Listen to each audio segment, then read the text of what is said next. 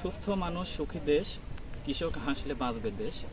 হ্যাঁ বন্ধুরা, আমি শফিরুল ইসলাম হাফিজ এই স্লোগান নিয়ে আজকে আপনাদেরকে নিয়ে এসেছি একটা গাজরের জমিতে, এবং পাশে আছে ফুলকপি।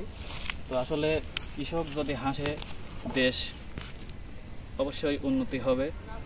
কৃষকের কষ্টে অর্জিত যে ফসল কিভাবে ফলায়, কিভাবে হয় দেখেন, আমি দেখানোর জন্য আপনাদেরকে আজকে মাঠে নিয়ে এসেছি। চলুন দেখি, সামনে আসেন।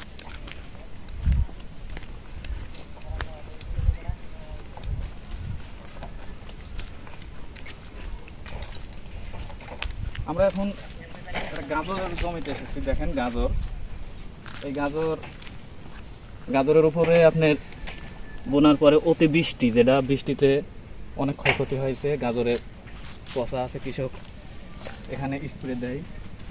আসলে স্প্রে যেটা দেয় সেটা হ্যাঁ, এটা মোটামুটি ঠিক আছে। এটা আর কিছুদিন পরে গুটি নামবে। আমরা সামনে দেখতে পাচ্ছি ওলকপির জমি। চলেন একটা ওলকপির জমিতে দেখি।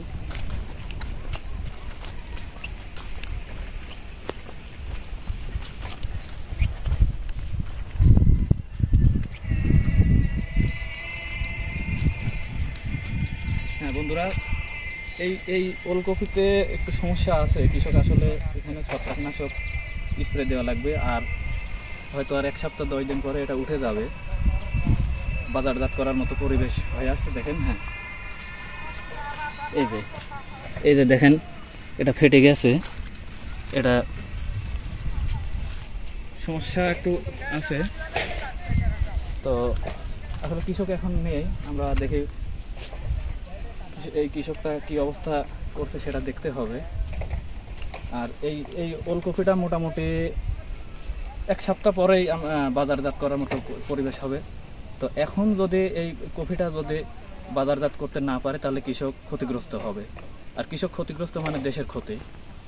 তো এজন্যই আমি বলতেছি যে কৃষক হাসলে বাঁচবে দেশ। হ্যাঁ।